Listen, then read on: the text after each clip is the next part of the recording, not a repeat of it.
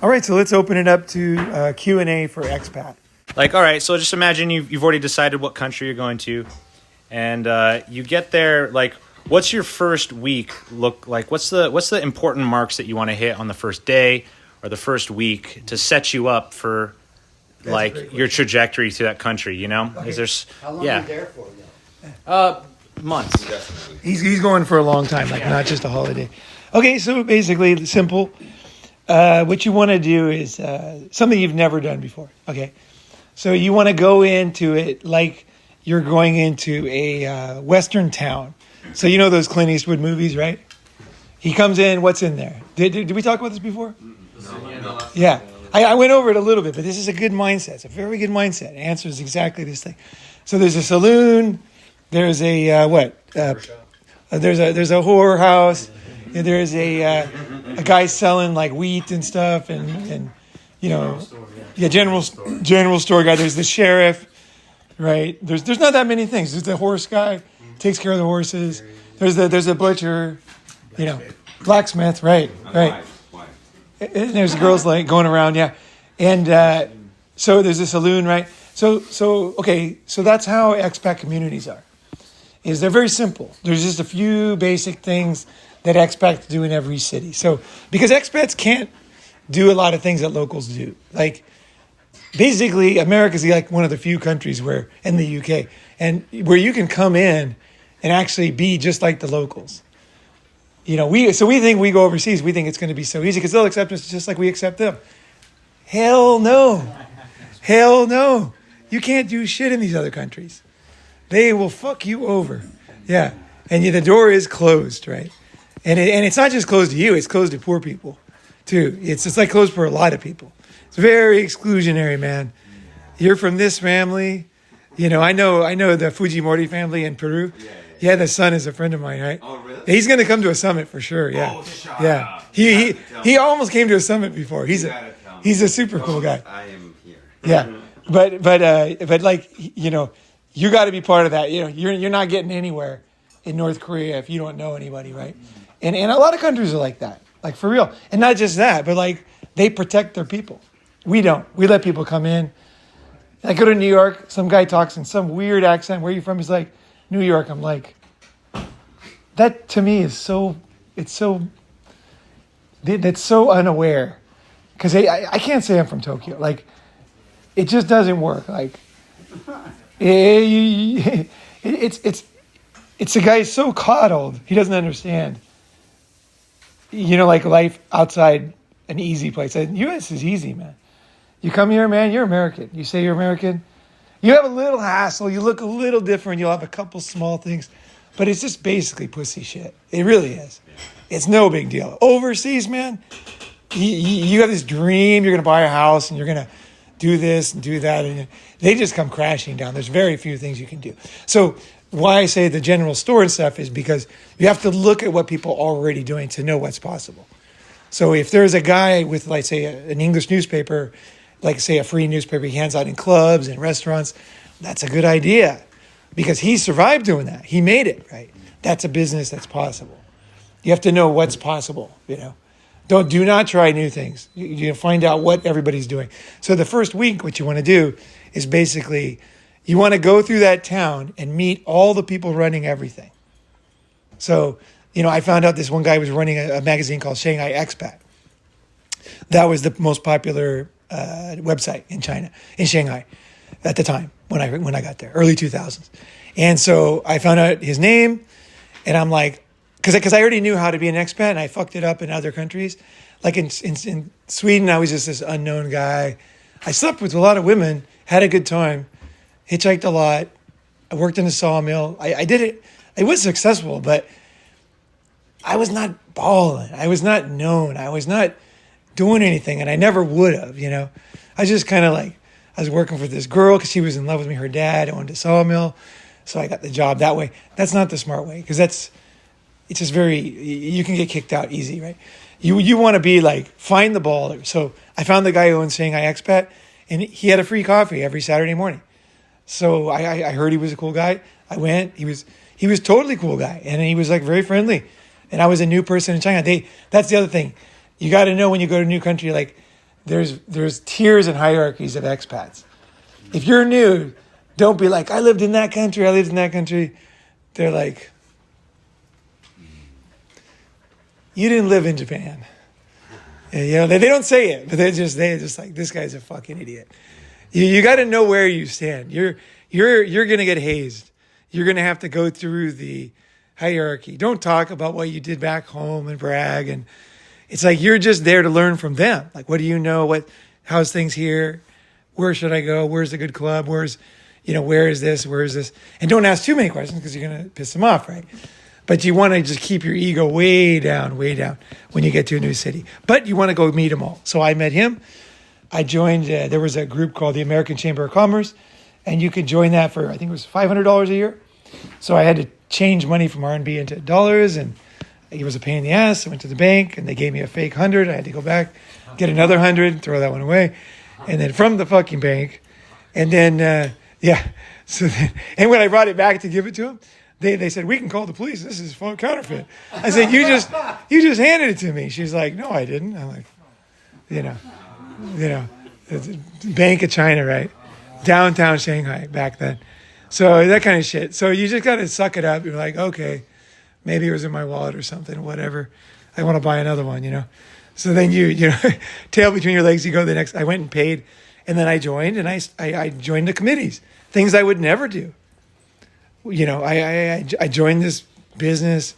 They're all like Harvard MBA guys, and I met tons of people. Went to all the meetings, right? Then I went to meetup.com. I set up a meetup for everything. For everything that I'm interested in. I just set up a meetup. Tuesday night, this meetup. Wednesday night, this. And then, people would come. And then there was like one gay guy who came to all of them. And so it was pretty funny. But yeah, you just. So I did that. I went to meet individuals. And anytime I'd say, who owns that? Who owns that? Who's the guy who runs that? Who's that? Who's that? Where do they go? Well, what's their name? What part of town? And then I would find a way. It's very easy, actually, expats, to meet them. Somebody knows them. It's not like, the reason why you wouldn't do that in New York is because it wouldn't work. In New York, it's like, it's too, unless you have an in, you ain't going to meet, like a major. Donald Trump today, okay? Yeah, you're not going to meet major players. And even if you did, it's just in a restaurant. Hello, how are you? Some famous band or something. You don't get it. But in expert communities, they're going to haze you. There's things to go through, but they need friends too, right? It's a smaller group. Yeah, it's a smaller group, and they're also they're less stable than you think. Like they know they got to hustle. They know there's, they need friends. And if you're like a new guy who's like going to do well in the country and you're serious about it, and they'll notice, they'll be like, oh, okay, I'll keep an eye on that guy. They kind of keep an eye on you. Like, I've seen that guy around. Like, I know you can just name off names of expats and I'll tell you about them in Shanghai. Like, I know they might not even know that I know them, but I'll know a lot about them because you're just kind of always looking for people that you can trust, you can do a business with, someone who might know somebody, because you never know who's going to know somebody, right?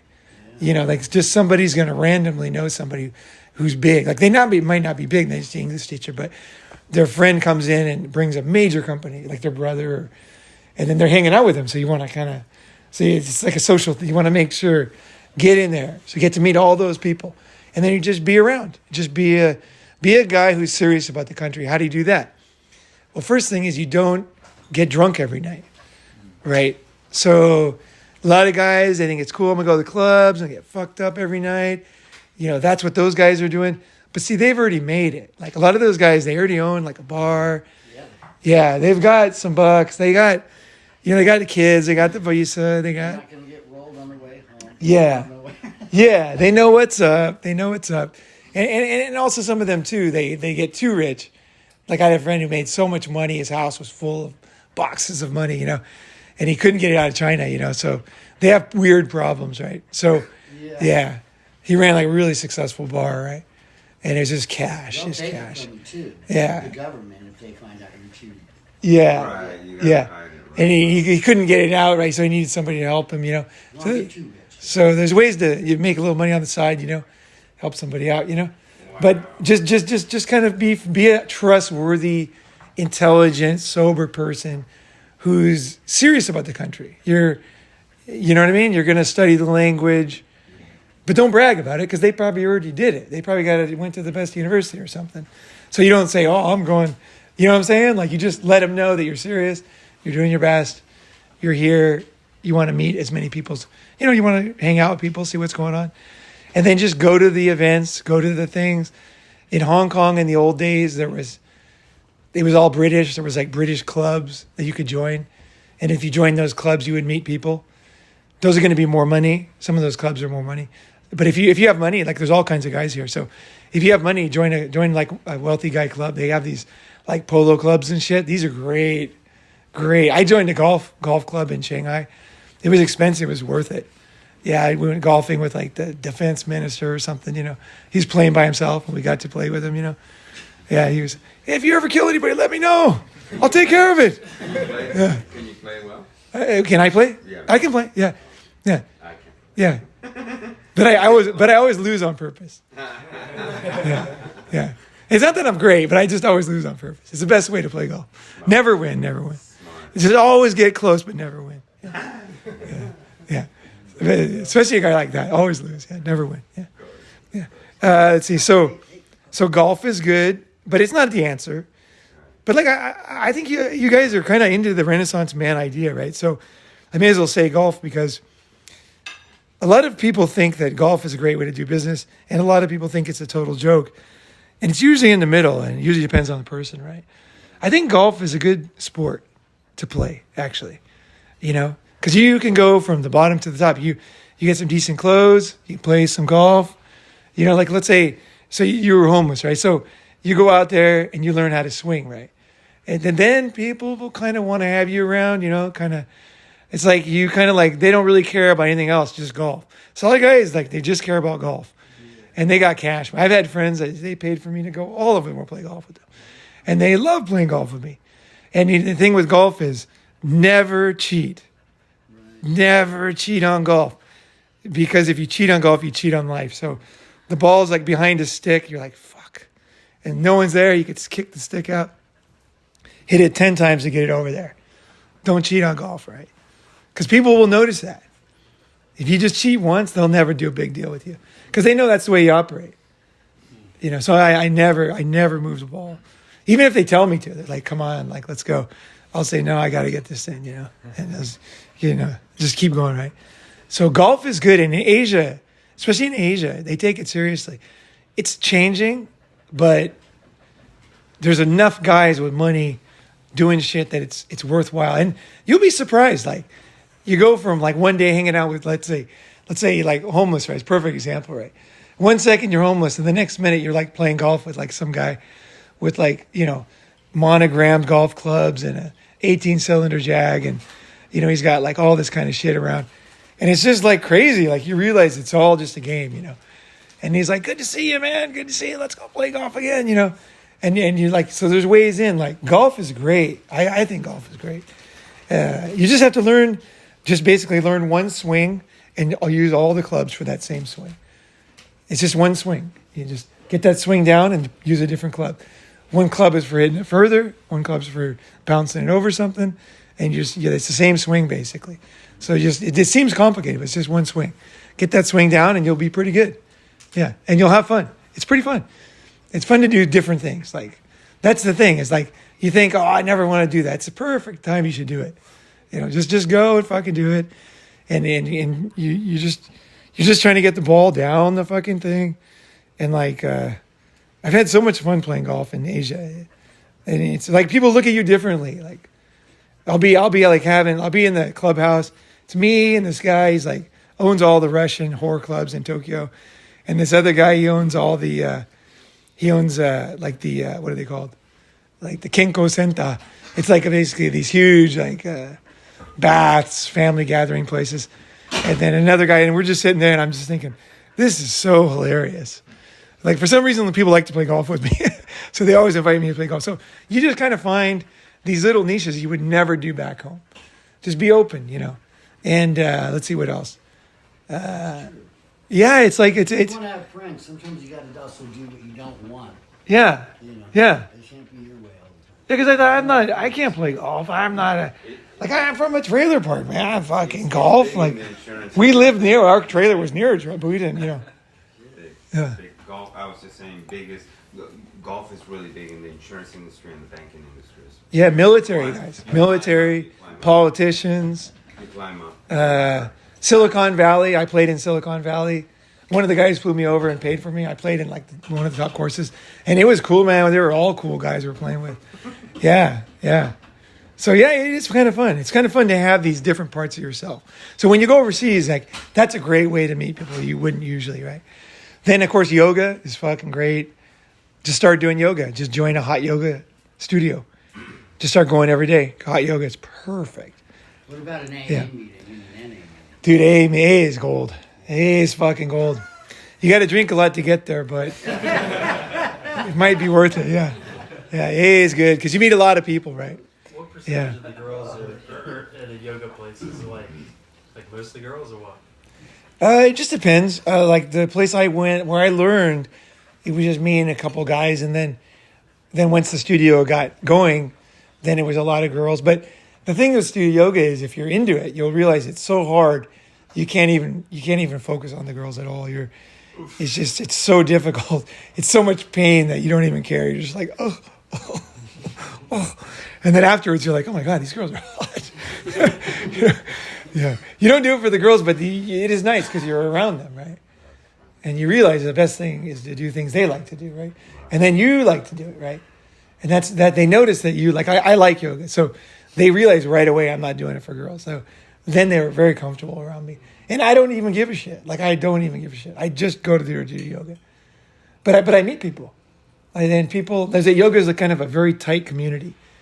Hot yoga is a very tight community. So if you go, let's say you go to London or whatever, I guarantee someone will say, oh, I know a good teacher. I'll call them. I'll tell them you're coming over. It's like that. It's totally like that. And then you'll go over there, you'll meet more people because you'll know this guy. Oh, I trained with this guy. It's a little bit like a top karate jiu-jitsu thing going on with the yoga on top, which, it's cool. It's cool. Well, you were going to say, Connor. No, I was going to say. No, but you really did. No, not me. No? I had my finger up, yeah. Okay. Should I say it in the mic or? Oh, sure. Yeah, so obviously as Americans, we have a lot of wealth in this country and stuff like that. So I feel like for some of us, it can be sort of a pride point when we go to a foreign country to kind of feel a little bit higher status and stuff without having necessarily earned it, which I guess could be a faux pas socially. So how do you avoid some of these social faux pas? Because your mindset is wrong. We're not that rich, actually. They're a lot richer in Norway, way more money than we have per person. Singapore. Yeah, I remember when I went to France, they had money, they had cash. I was really surprised. Yeah. That is an incorrect mindset. You're saying we're here, they're there, how do we not? It's a lot of people, they got a lot more money than us. Tons of people, yeah. And then they always have a higher class and a lower class at these third world countries. And usually you'll tend to meet high class people, when you go there. They're so rich, dude. They're fucking, yeah. It's just what you have is literally toilet paper to them. Yeah, they got cash. So don't even think that way. Just you don't even know. You can go to Philippines and meet insanely fucking rich people. And I have. Yeah, I found out there was a guy who owned the second largest mall. It's called the S&M Mall. So then I just called the president up, told him I speak Chinese. I went and had a meeting with him. Yeah. He thought I had some kind of a deal or something. He was totally cool. Yeah, he met me in his office. Yeah. Don't be afraid just to call people. Just try to contact them, Yeah, What was the conversation like? it was a few years ago. But the essence, if you were to boil it down to 3 topics, you guys. It was just man-to-man shit. Hey, I'm me and I'm here. Yeah. I'm here. I'm here. We're looking for. At the time, I was hiring. I was trying to open up a call center because I had a lot of consumer calls to my company in China. So we were too many calls, and so I thought, well, we'll get a call center in the Philippines. We'll start small and then just get a couple guys on the phone and then build it out. So I went and met the head of the call center industry in the Philippines. And then he introduced me, told me, and then I went to meet the president. And I met Duterte. I met the president now. Oh, wow. Or I think he's just out, but I met him years ago. Somebody introduced to him, and he was the president. He was the governor of Mindanao then. Yeah, it's funny. You can meet all kinds of people overseas. So it's not just the expat community.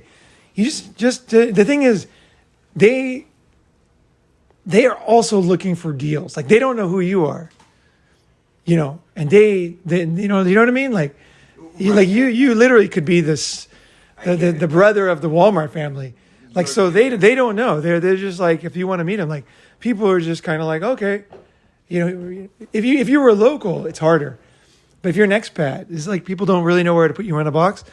And then if you're a cool guy, they're like, oh, that guy's pretty cool. And then they might It's like cold call you. approaching. It's Yeah. like- It's It's like ask yes. 10 high value guys or people. Yeah. Hey, let's talk. Let's meet. And like maybe 6 of them say no, but 4 of them say yes.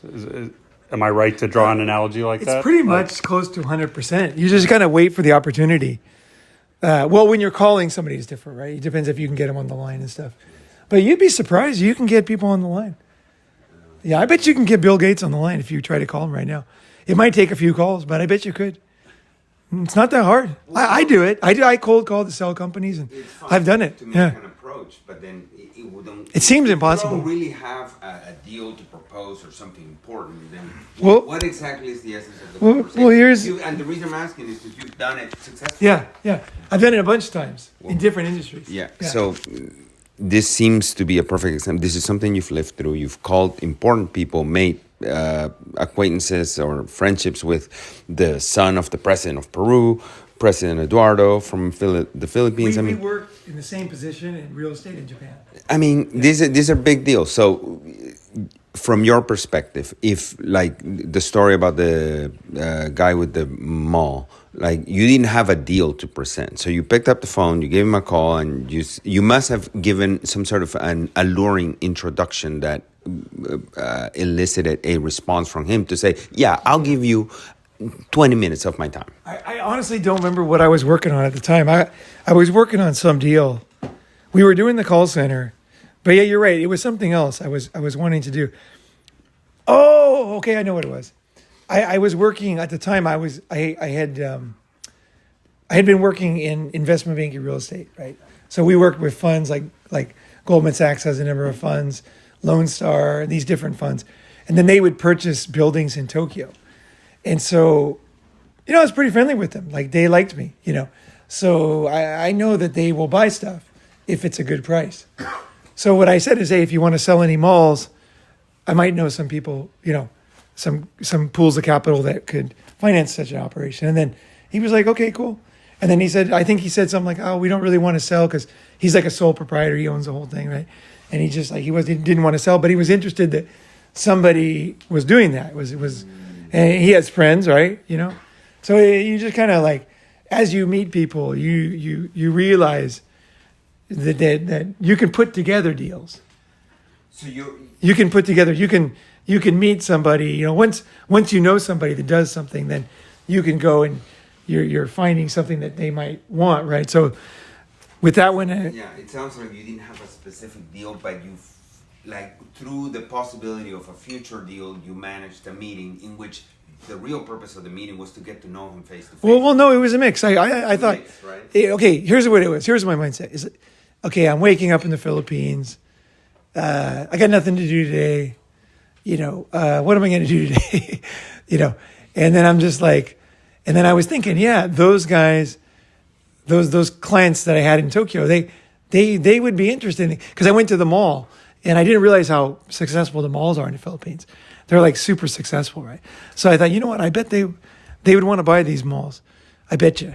Because it's a good investment, right? Because you don't think their world would have good retail, but these things kick ass. Like millions of people in there all the time spending money. Like the food, it's just filthy with. Who's been to a mall in the Philippines? You've been. Which one did you go? Yeah, they're really nice. Like all of them. Yeah, they're like really nice, and there's a lot of people, right? And they're spending money, right? Right? Like what's the other one? There's the S&M and the other one. Robinson. The Robinson. There's another one. And, There's a developer, real estate developer, the biggest one. It's I met them too. I can't think of their name. It starts with a D, I think. Anyway, so basically, I just thought, I can put together a deal if I find the right. But I wasn't promising. I wasn't saying, hey, I got the investors, because I know these guys are very strict. Like, it has to be a super good deal.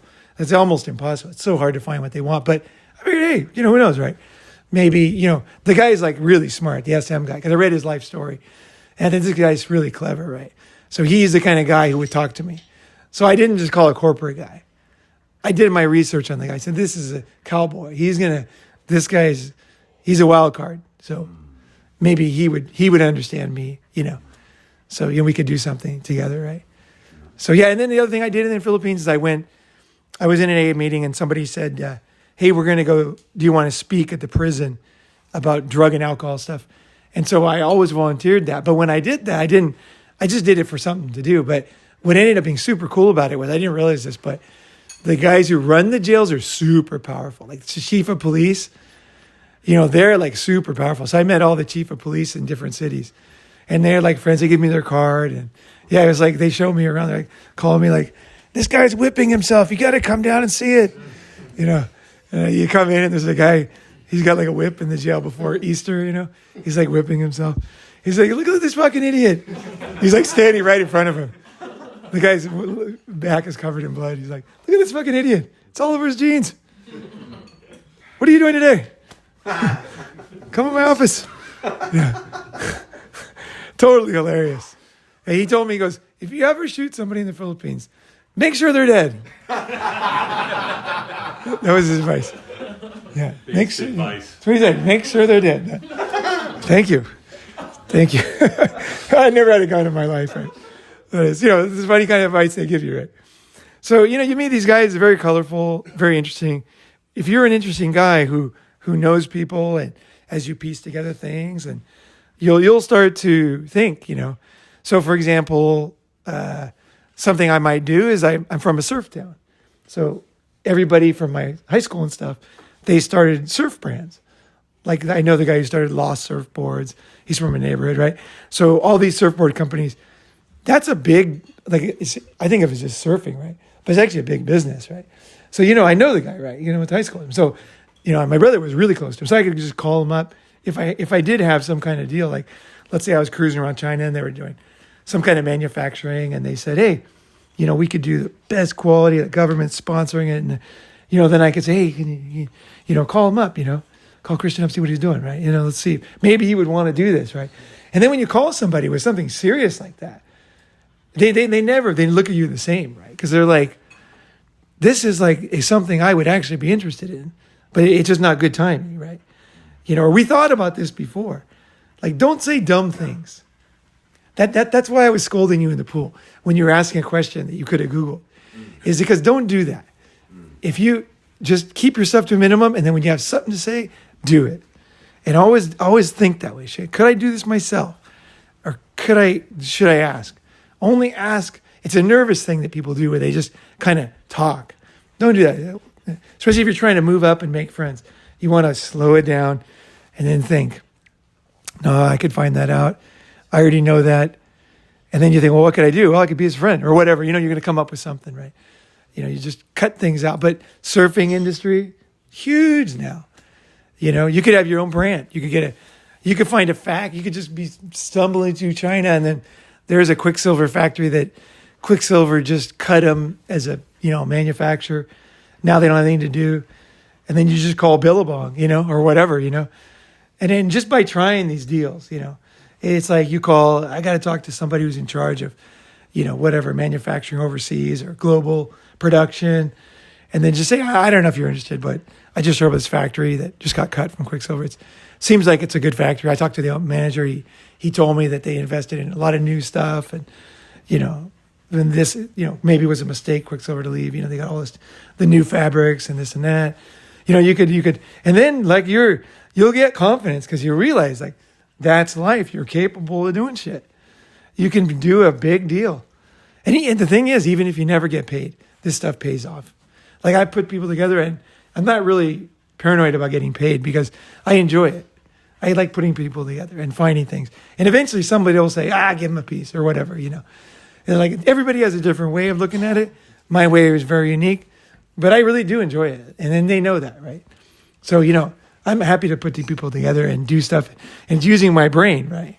It's like, oh, empty factory, high quality, right? Then I'll start asking questions, right? Or, whatever, like there's a new this, new that. Someone's selling this, someone's doing that. Somebody wants to do this, sell them all. Somebody wants to develop a new area, whatever, and you can, you can think like, could I do that? Do I know anybody like that?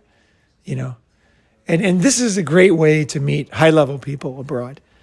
And just have that mindset. Just cruise around with that mindset, Can you elaborate Yeah. more on the idea of reducing? Can you elaborate more on the idea of like what you just said about like not asking things that you already know and stuff like that? Because it's kind of counterintuitive. I think a lot of people do ask a lot of questions and stuff because they feel like that's the way to build rapport with somebody. But I did intuitively notice that there is something off about that sometimes. Yeah. So can you elaborate? I think the easiest way to figure out what you should say is by listening to other people say dumb things to you.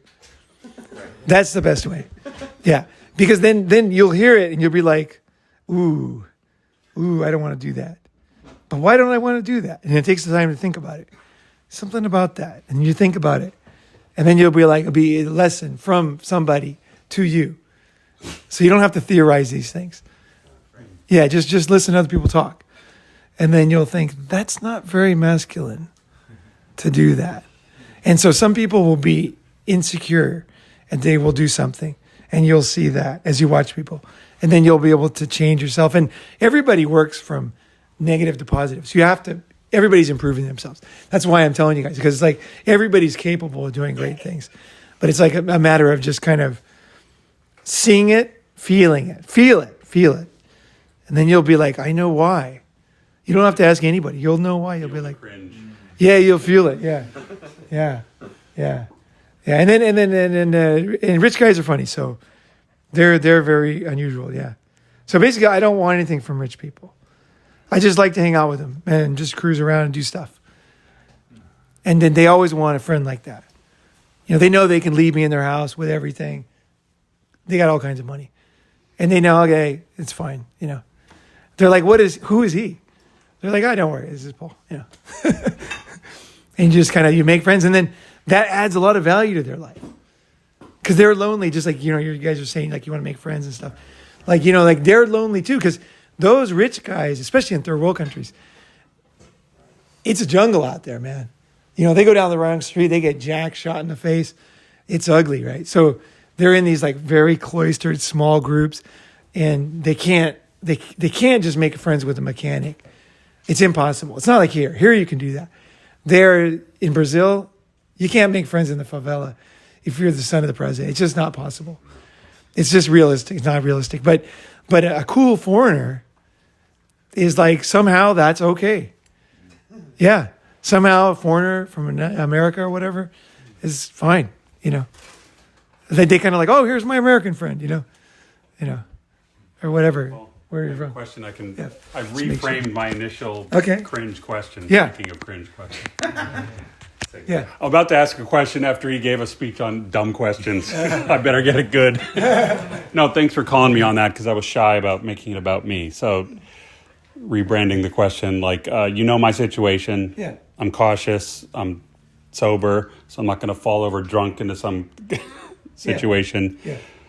I've lived in almost every part of the United States, but I haven't done jack shit abroad. But I want to this year. I want to go somewhere. Okay. I got an easy answer. Where's a good place to go? You want specific? Spend like a week or two for someone like me, possibly by myself. Okay. I would say, Given my personality. I would say definitely, personally, come to the summit in Thailand when we have one in February or whatever. It's perfect. There's a reason why I go to Thailand. It's not, people think, because he likes this or that, this, that. It's just like, to me, it's like, it's a center of Asia, like geographically. Like if you look at it, it's the center. So, and it's also like the Las Vegas of Asia. So people fly from Tokyo and Singapore and China and India and Pakistan. They all come to Thailand, right? So Bangkok, all come to Bangkok. So it's the center. So you'll meet a lot of people. So it's, some countries, like you go to northern Sweden, it's just Swedes, right? But like Thailand, you're going to meet all kinds of people. So it's a great place. It's cheap. It's safe. The weather, it's warm. It's super easy. Like you can take a train from the state to the airport to where I'm staying for $3. Yeah, $3. Like think about it. What does it cost in LA? To get to my parents' house is 100, I think it's 100 bucks, 110, and you got to give a tip because it's there's no train, so it's the bus guy, the van. So it's like 120 bucks. That's $240. That adds a lot of money instead of $6. You know what I'm saying? So Thailand, there's a million things like that. You know what I mean? It's not like it's heaven. It's just like, just trust me. Just do it the easy way. Go to the easy countries first. And Thailand's the easiest. You know, and it's also very welcoming and cheap. And so now that baht is low and the dollar's high, I mean, really, it's you can get a dorm bed for $3 a night. Yeah. Yeah, and my goals would be Yeah. whether it's Summit or by myself. My goals, Yeah. like I was telling you guys, is girls are secondary at this stage of my life. I just want to meet Yeah. cool, Yeah, connected guys. Just come and hang out, and then we'll go around and we'll go to different cities and we'll hike and swim, and you'll get a very good intro. You'll know where to eat. Because the thing is too long to teach you. Just come and watch is the best way. Just come and watch and follow. It's like, you know, how do you go to Queens or whatever, you know? You can't really explain it. You just got to say, look, this part of town is cool. That's cool. Don't do that. Come over here and just follow a guy around. And then it's just so easy, right? It's your friend. He's going to take you to a good place. You're going to have a good time, right? Because like I go to, friends come and visit me and they spend nothing. And then their friend goes and spends a ton of money. And they're like, I had a great time, but man, I spent a lot of money, you know? They stay in 5-star hotels and they didn't have as much fun. It's like, I'm telling you, this is gold. Like, just go, just come. Don't spend a lot of money. It's mostly walking, checking it out. You know, then you can go walk in the girly bars at night. They're right there. It's kind of fun. I like the area. It's kind of sleazy feeling. I like that. Yeah, I like sleaze bags. Yeah, yeah. I like that groove. You know, definitely. Yeah, anything like that, I'm into. So just to be around it. It's just, I don't like the boring blue pill kind of stuff. It's not that I'm into specifically what they're doing, but I just like the sleazy part of it, you know. It's like they're out of the matrix, right? They're doing their thing, right? And I can appreciate that, right? You know, that's cool, you know. In Las Vegas, there's parts of Las Vegas I like, you know. But yeah, just come over. Just fucking Bangkok. just come to Bangkok and we'll go to Pattaya. It's 2 hours, $5 bus. Yeah, $5 bus ride. You're in Pattaya, beach town. Yeah. 100,000 registered prostitutes in that town. Yeah. Registered. Yeah. Licensed. Yeah. And there's free That's the typical term. and there's freelancers everywhere. Yeah. And I don't even use them. That's what's so funny. You guys will see when you're there, you're like, he's telling the truth. Yeah. What were we gonna say? Were you gonna say something? Oh, no. Oh, okay. No. Okay, him. Any more? What other expert questions? Sean had a bunch. Say those again. The beginning.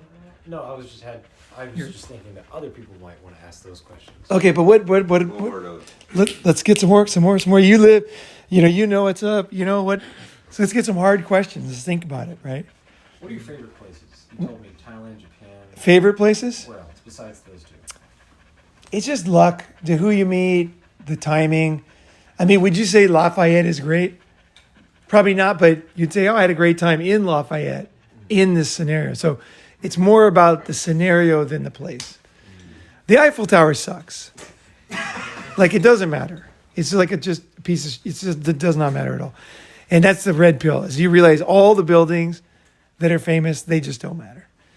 And most of the famous, beautiful nature places are not that beautiful. There's like more beautiful places that are not well known, right? So none of those things. I remember when I went to the Eiffel Tower, it was like January 2nd or something. It was freezing. And I was by myself, and I walked all the way from like the Charles de Gaulle's Wall down there, and I'm all freezing my ass off. And I'm looking at it, I'm just like, I realized it right then. I thought, all these buildings mean nothing, They just mean nothing to me at all. But it was good I went, because then I realized it meant nothing, So, not that if we're all together having fun and we go there, we could have a good time. But they mean nothing. It's just like this room means nothing, but we could do something in this room, right? So you could do something Eiffel Tower. I'm not saying, you know what I mean? But there's no base meaning for you. Yeah. And in any beautiful place, it depends on who's there, right? I went to like some little bamboo hut in southern China, and I had some like sweetie pie Japanese girl in '89, and we just fucked like crazy in that room. And it wasn't the most beautiful beach, and there was no waves. I have great memories of that beach. So it's just like who you're with, the time of your life. Yeah, we broke the sink off the wall, you know, and like it was awesome, you know. And I was a young man, right? First Japanese girl, I thought it was great, you know. I was like, Japan is awesome, you know. Gotta go to Japan, right? So it's like your emotions are not. If I give you $100, it doesn't give you a feeling or $1 million. It's depending on so many things, right? So what makes you happy is very hard to predict. So I'm not saying that it is going to make you just go out and go places, make good decisions, go there, check it out. And it's amazing, actually. It's so cool. I can't explain it. It's like somehow travels is kind of amazing. You'll see. When you take your time. And I was just sitting in a coffee shop in Indonesia once, and I just on my trip, I just thought, wow. I was reading a book, you know. I had like 3 days to read a book. I don't know. It's just like different. I would never do that in California. And there's no cool coffee shops here, like back then, you know. And then that was like such a cool coffee shop, you know, like the scene was great. And it's like, you know, your mind is fresh, smells, people. You don't have the pressures of all the things people complain about, you know, like blue pill and this and that. They're all gone. They're not there. So your reason for complaining is all gone, you know. So then you're just there, you know, with you, you know. And that's different, right? That's totally refreshing, yeah. Just do it. Don't not travel. It's crazy not to travel. It's crazy, I think. It's crazy. I don't think there's anybody who shouldn't travel, personally. I think everybody should fucking travel. Especially guys now, you know. Just go out and get it's not the best time to be here, you know. 60s were great. Gold Rush in California was a good time, you know. I'm sure that was a great time, you know. And 60s, right here, man. Well, we got to go to Haight-Ashbury. We should go there, you know. Yeah, Haight-Ashbury, you know. That was a good time in the 60s, right? But now, it's a different time. China was great when I was there. Now it's not so good. Everything changes, right? This California might get totally cool again. You know, it just changes, you know. I just go to cool places like as they're getting cool.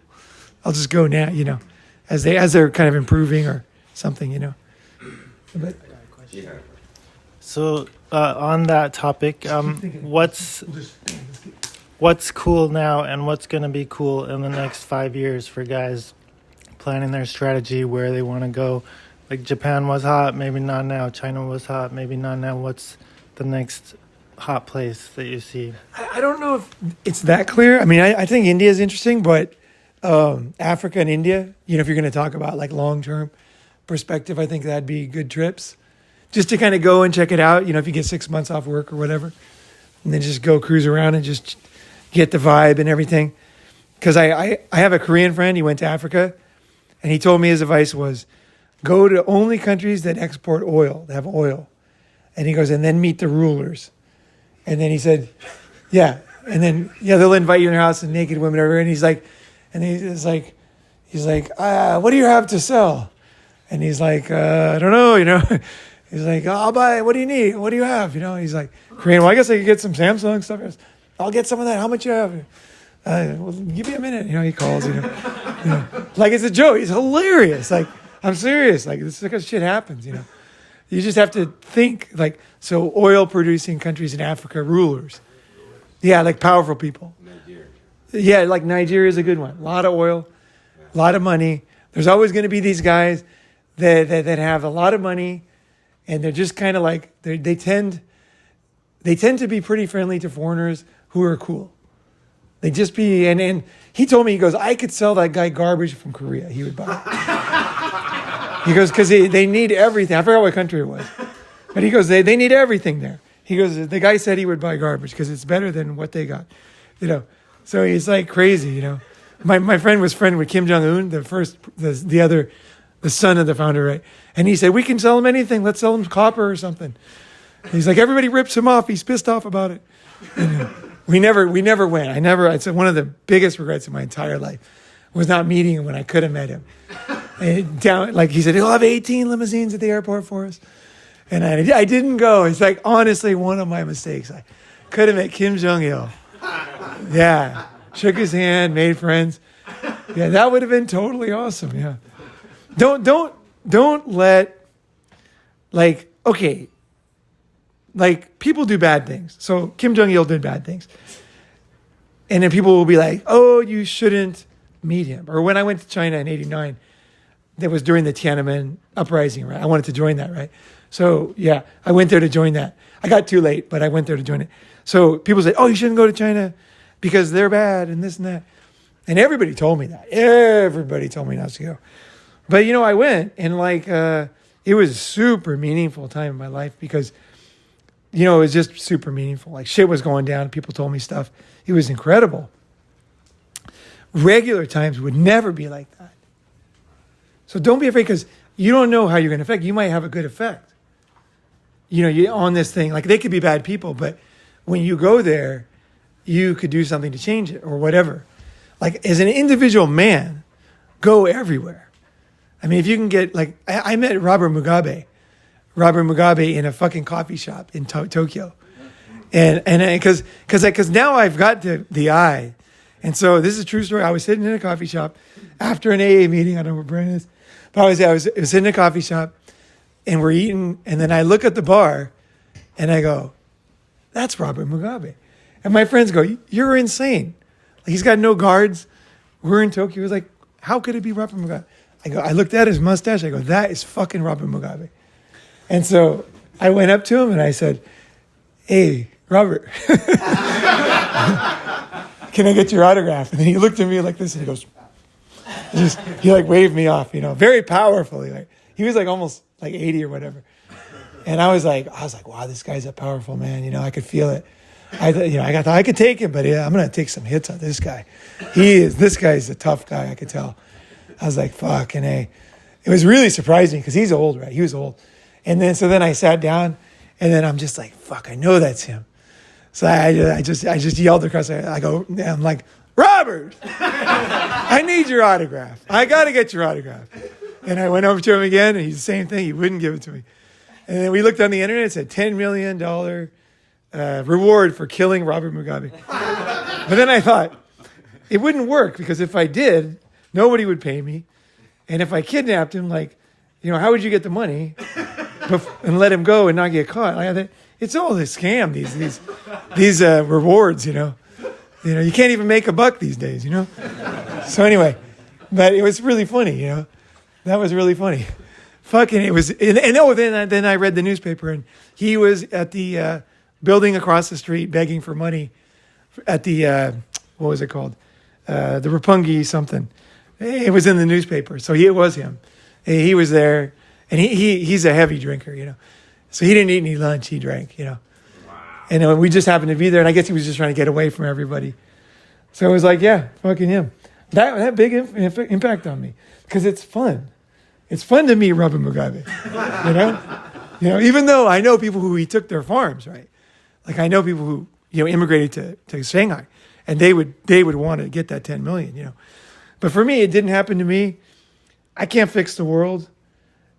You know, like, you can pass up opportunities to be a pioneer, but you can't fix the world. So don't pass up opportunities. I mean, you will keep your moral values. Okay? If he was killing people in front of me, then I would stand up.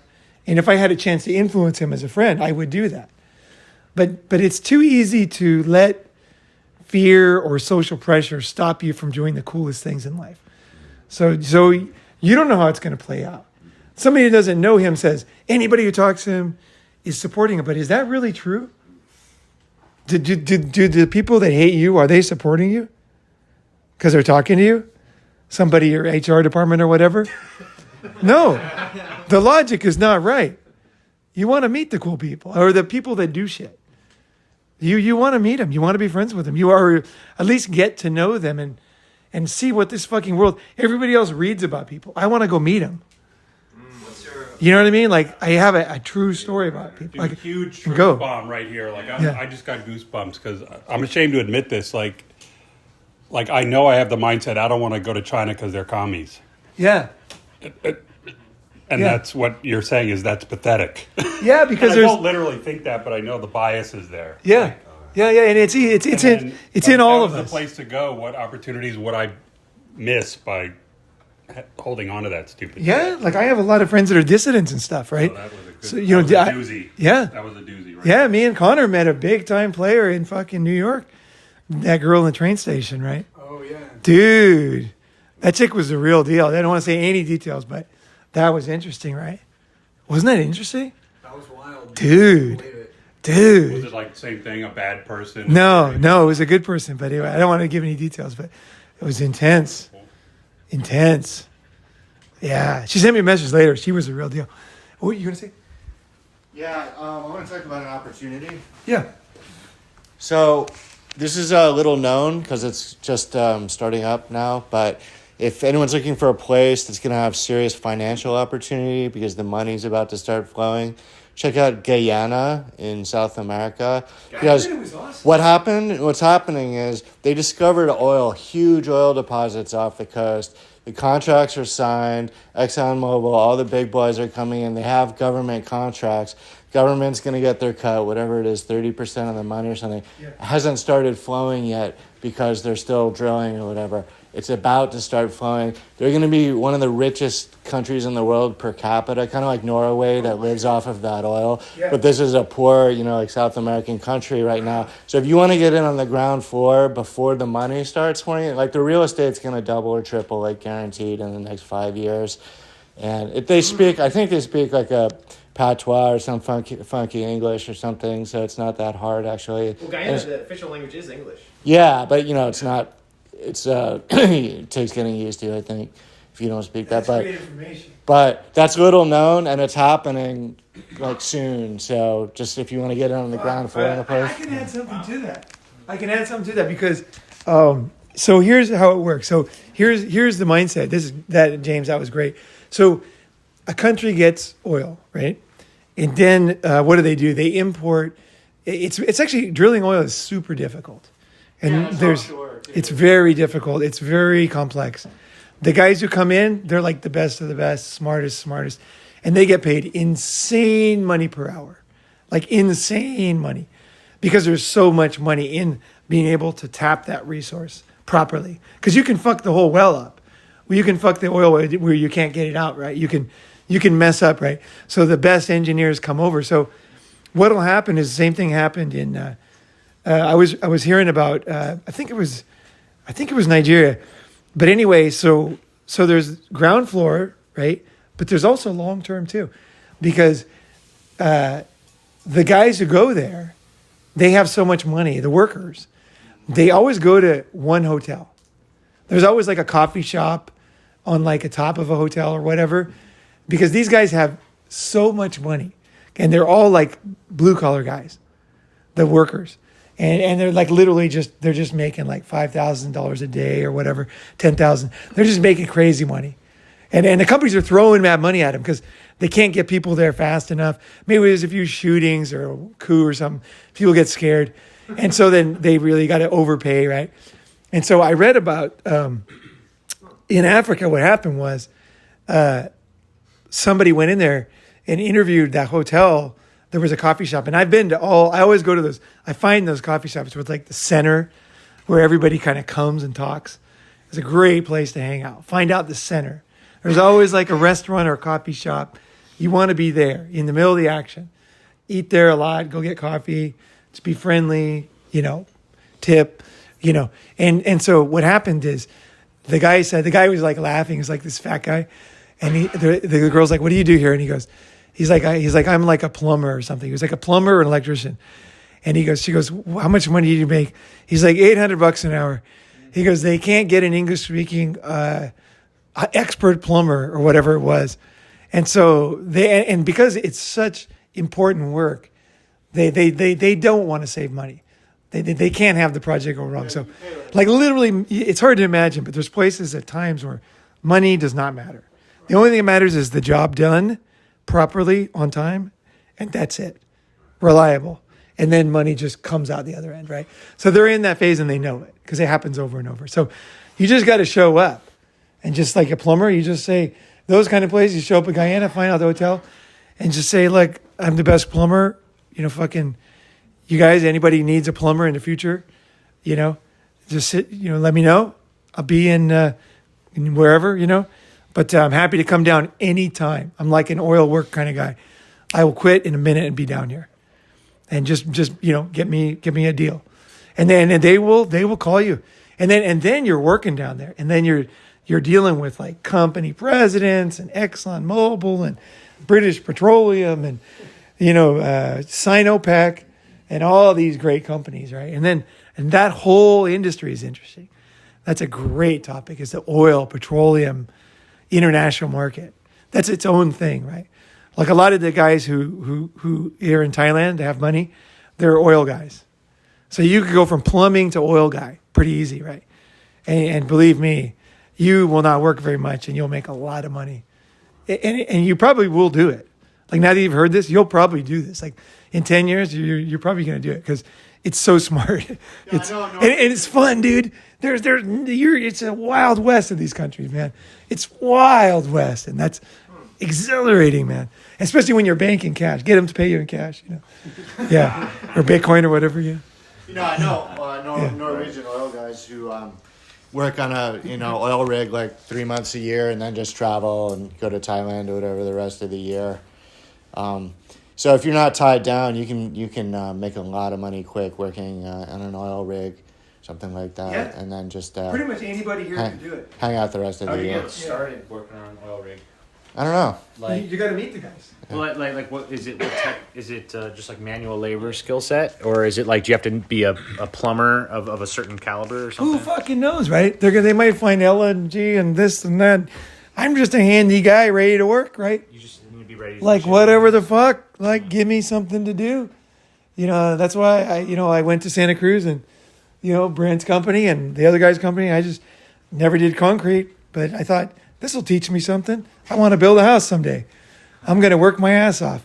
I worked harder than everybody. I always wanted to I ask you kicked their ass. why you did that, because I'm like, you Yeah. don't need Yeah. probably that level of money. No, I just Or thought that- it would be fun. You're just like, I thought I'm going to learn. I like to work hard, and also I thought, I want to learn about, like when you look outside, right? There's like a house there, it's concrete. There's like pylons and glass and stuff. I never knew any of that stuff, and I always kind of felt like I should know how to build this shit, or like, estimate this thing and how it. I'd like to know what's good, bad, this, that. So maybe I can make my own house or something someday. so crazy. I'm like, this guy just and fucked also- his back up royally, and now you're shoving wheelbarrows of concrete up a hill. Like, what- 105 tons of rock. Yeah. That's why at the bottom in a few days, the bottom of my feet are still fucked up. But it was fun, man. Fuck yeah, it's fun. And I worked hard there because I wasn't doing it for like a career.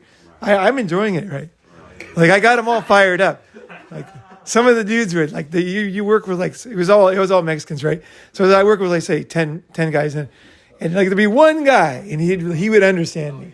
Cuz I'd be like it wouldn't be like we're going to throw the rocks over the wall. It's like I'm going to fucking beat you throwing the rocks over the wall. And all you motherfuckers. And then there'd be one guy, and he would understand, and he'd be like, and the two of us, and the longer you go, the more money you make, right? The slower you go, right? But it wasn't about that, right? It was just fun, right? It was just like I was just doing my thing. You have that attitude. It's like you need somebody to do underwater diving. I'll do it. How long is the course?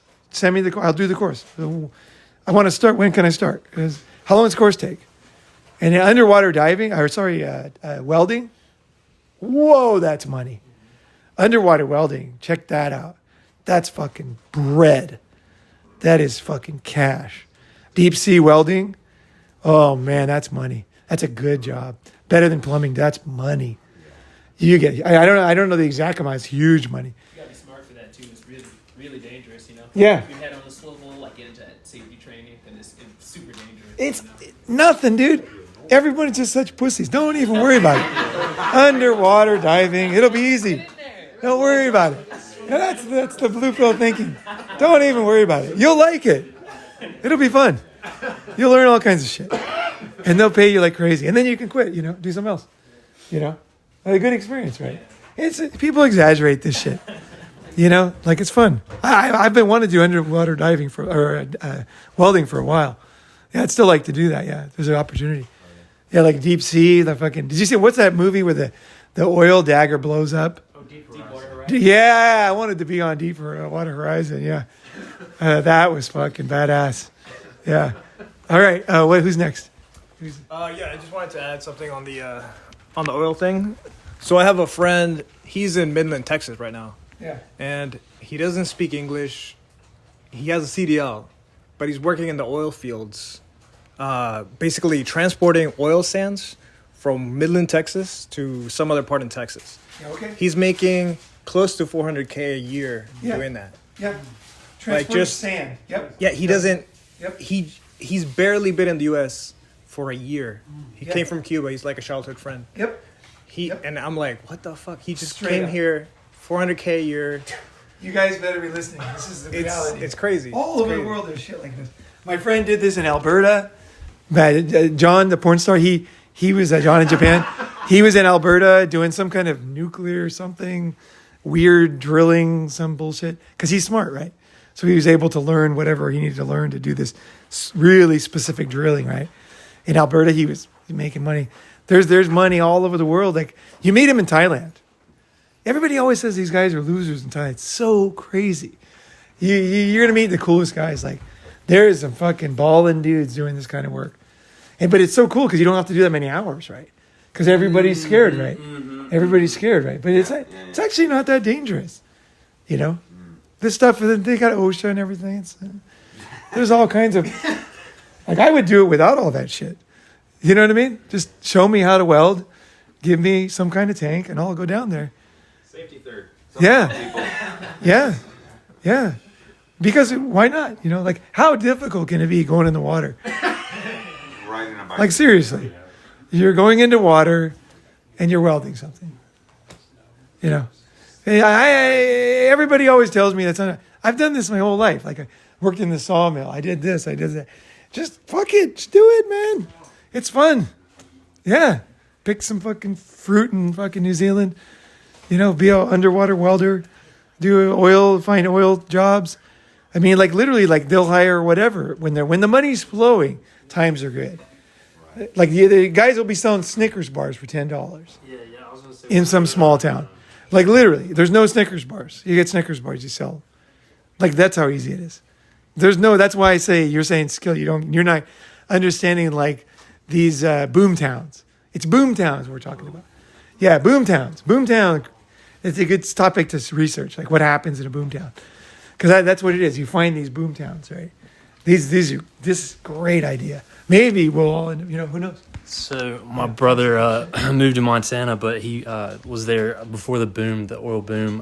Started working in North Dakota, and that was a big one. Whenever that occurred, they needed people for everything, not just on the oil rig, but like McDonald's, you can make $25 an hour. I'm not sure all the stuff that they needed to fill, but there were so many people. They didn't have trailers, they didn't have houses. People that worked on the rig were living in hotels, and there were people flipping their land and money for their houses for just tons of money. And 5-10 times. so there is something to sticking with the momentum and sort of knowing what's going on as far as an area like that. But and making friends, like making friends with people, so they tell you.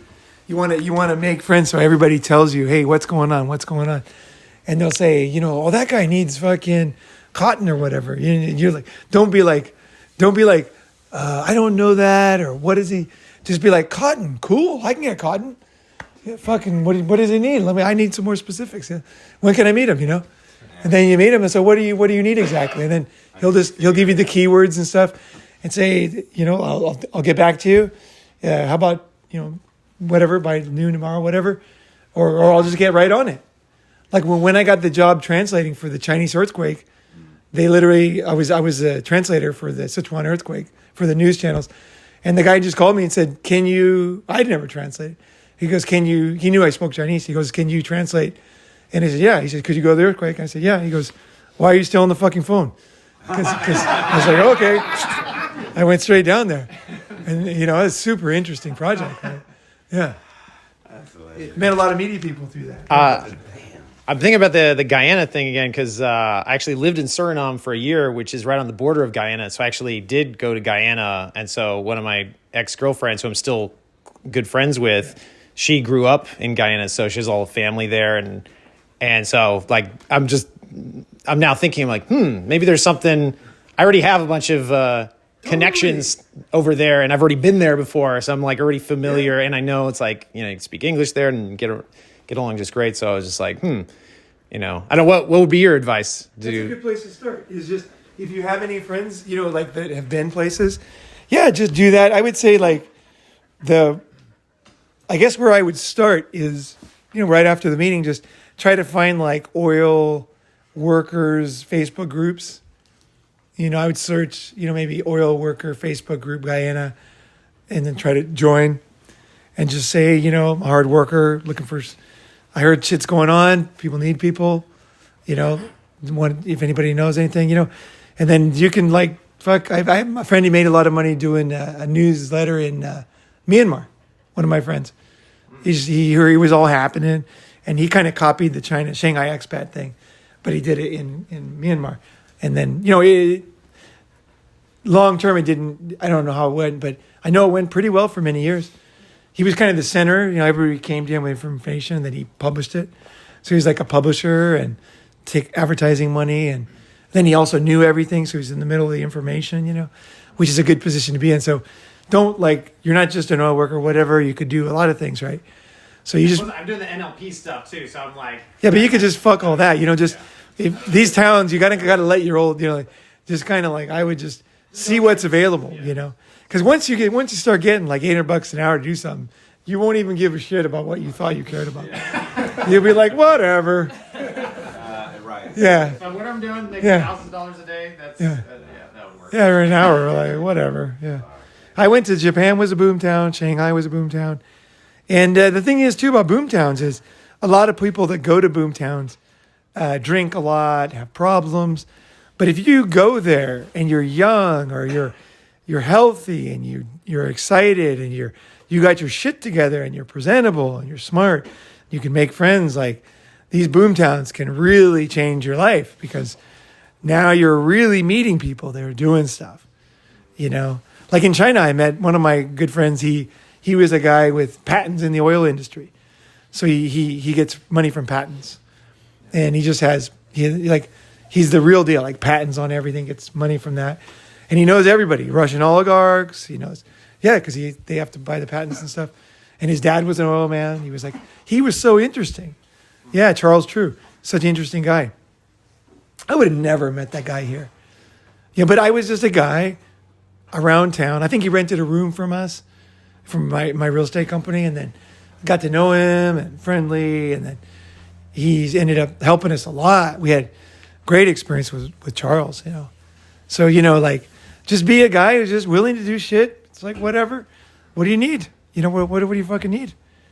Let's, and just go there. That's the other thing. You can't just be like, Mr. I'll come if I have something. They don't like these kind of guys. It's like, fuck you. You ain't getting the gold if you're not willing to come here. You got to get on the plane. You got to go there. You got to be around. You got to prove to them that you're going to stay. You got the balls. You got the grit to hang in through the tough times, right? There's like no remote prospecting. Like Yeah. Well, you can kind of remote to get started. That's smart, actually, to contact. It's smart to find out where things. You might get some good information. I mean, you might get lucky. Actually, remote. It's possible, but basically, don't be like.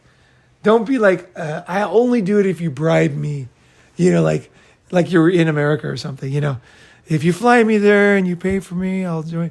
You got to be more like fuck it, fuck it, Anybody there, I'm going, right, and then make friends, and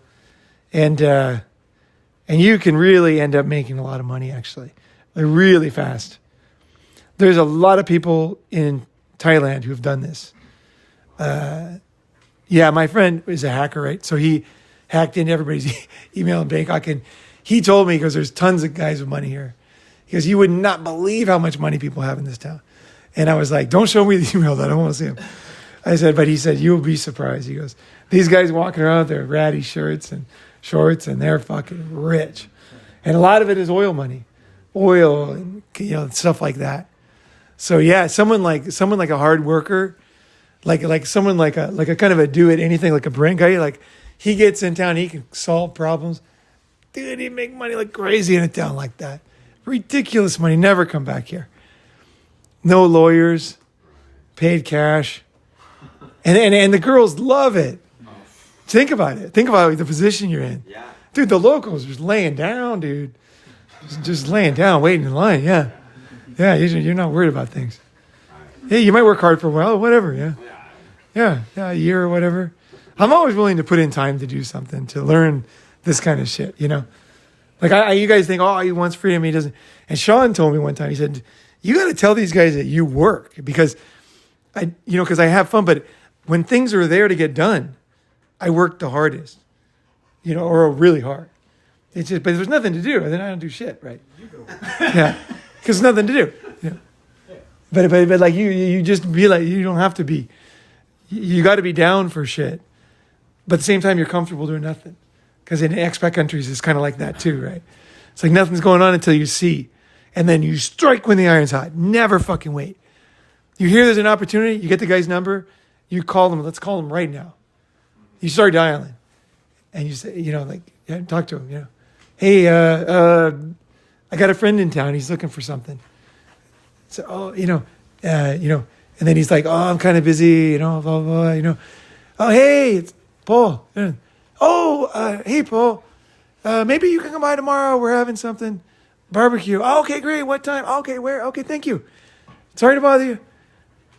Done. Right? You might have to push a little bit to get in there, right? To kind of get that meeting. Yeah. But then that's it. You're in. And then you'll find out what's going on. They might be full of shit. And their project might not work out. Like they have a good idea, but it just doesn't work out for some reason. Government or whatever, So, but yeah. I'm already familiar how to cross the border back and forth between Suriname and Guyana. So even if I just get there with a 90-day tourist visa, I know how to renew that every 90 days with like crossing the border back and forth because I did that for a whole year. Just every 90 days, jumped, crossed the border went to the consulate, get a new tourist visa, go back in the country again. Yeah.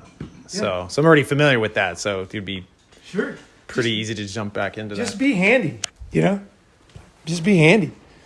You need some money in America? Well, see if we can figure that out. How can we get that money from here to there, Start asking people, how could we do that, and like just solve problems. My brother's got some cash. Solve problems. Then look for real estate opportunities and then have my say, There's a million things. Like my brother the guy's got money over and he just start buying pieces of property and stuff. Well, like the guy's got money in China. You can take that money and buy a bunch of motorcycles and then sell them in another country. That money's gone. It's out. There's many ways to do things. You just have to use your brain. You're always using your brain. Always thinking like, how can I get things solved? How can I do it? How can I do it? And then you're just kind of helpful. And they might not use you, but they'll be like, that guy always comes up with fucking good ideas. He's good to have around. Yeah, bring him around the next meeting. Yeah, and also you're trustworthy. Yeah, you're not trying to take his thing or whatever. Yeah, this is exciting shit for me. I love this shit. I love this shit. Yeah, I mean, you could fucking bring in escorts, fucking make a ton of money with that. Yeah. There you go. Whatever, right? Whatever is needed. Bunch of oil workers. Bunch of oil workers. They need different services. Yeah, there's always guys making money with that kind of thing. Yeah. Won't go any details there, but yeah, there's a lot of ways to make money. That are. You're finding the boom. You just have to think about what you're comfortable with, what you believe, right? And then decide what is cool, and then what do they need, and then just do it, and then you can go into something else later. Yeah, you can try something for a while, and to just make your wealth, in that good opportunity, right? In that small. You got to do it right then. You got to do it right then. It's over. You can make your wealth there. Math the majority of your wealth, and then get out of it. You don't have to. Yeah, or you learn how to ride a bull, ride the bull, and then you'll ride the bull somewhere else, right? You know, so you don't necessarily have to get rich, you know, or be unbelievably rich from that. But you'll become a seasoned guy who's trustworthy, like a kind of a project worthy guy. Like, we're doing a project, you know, you free? Okay, let's talk about it. You know, and then that kind of guy, right? Because most people are not like that. Yeah. A, they can't think. B, they have no balls. C, they're not going to move. Yeah. C, D, you got to explain anything to them. F, Y, Z, they need to be protected by this and that. You know, and it's like, fuck that thinking. When you're talking about overseas, right? You know, here it's different, right?